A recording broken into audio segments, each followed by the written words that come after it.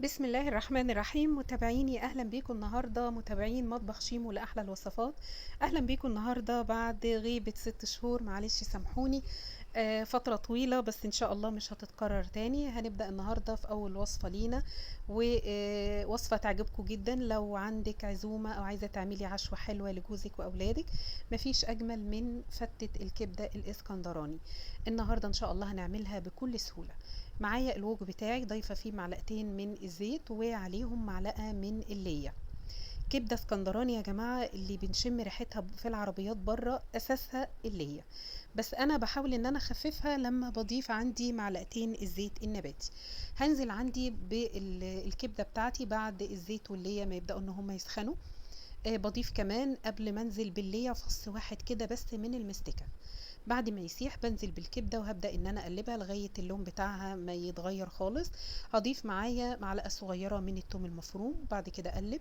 هنزل عليهم ببصلتين كبار متقطعين مربعات، وكمان معايا فلفل رومي وحبتين من الطماطم. طبعا كميه البصل والفلفل والطماطم حسب كميه الكبده، انا النهارده مستخدمه نص كيلو من الكبده. فتضاعفي بقى الكمية بتاعة الخضار، تقلليها دي حسب الرغبة، حسب انتي بتحبي ايه. بعد ما قلبتهم ضفت عندي ربع كوباية صغيرة من المية، معايا معلقة كبيرة من الخل، وضفت البهارات بتاعتي: ملح وفلفل وكمون وكزبرة ناشفة مكعب من مرقة الدجاج، وطبعا الملح. هسيبهم على النار عشان الكبدة تبدأ انها تستوي وتاخد كل الأطعمة من طعم بعض. هحضر هنا الرز الأصفر بالزعفران. معايا معلقتين من الزيت نزلت عليهم ببصلايه متقطعه مربعات، وكمان ضفت 3 معالق كبار من الجزر المبشور.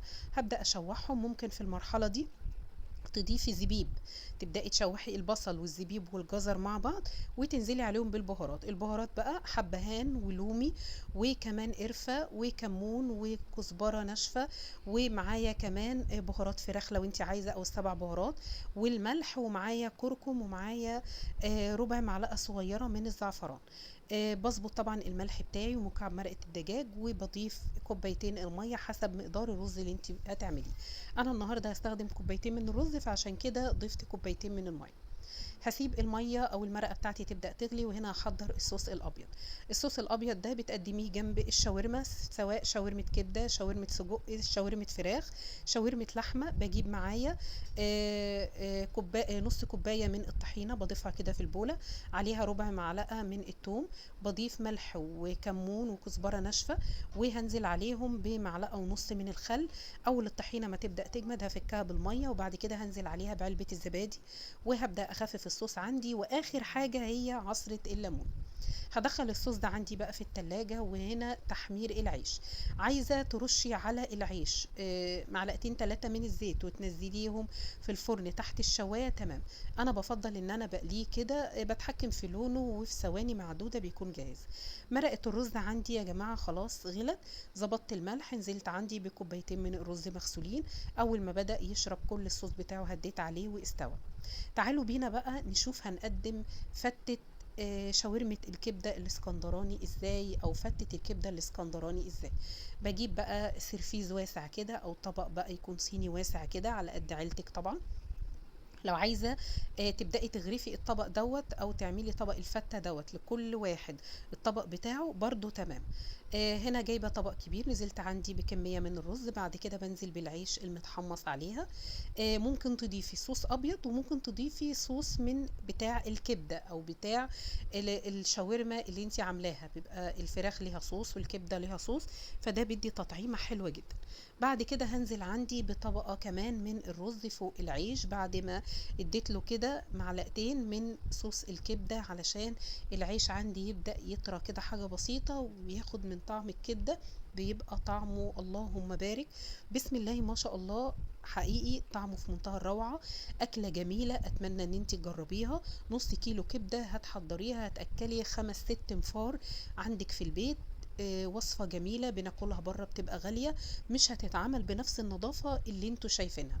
كل حاجة انت متأكدة منها، متأكدة من نظافتها، شايفة البهارات اللي انت ضايفاها، كل حاجة معمولة بحب طبعا لعيلتك.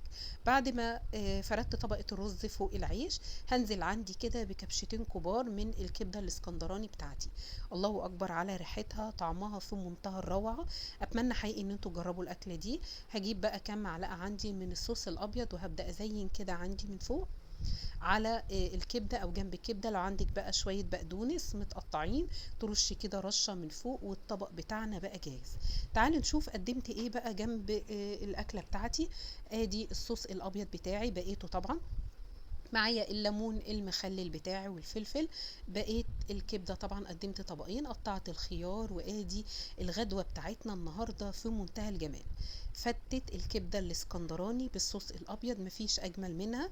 ان شاء الله هسيب لك كل مقاديري في صندوق الوصف. هستناكم ان انتوا يا جماعه تجربوا الاكله دي، وتكتبوا لي في التعليقات. ما تنسونيش في اللايك والمشاهده الكامله، واشوفكم على خير في رعايه الله.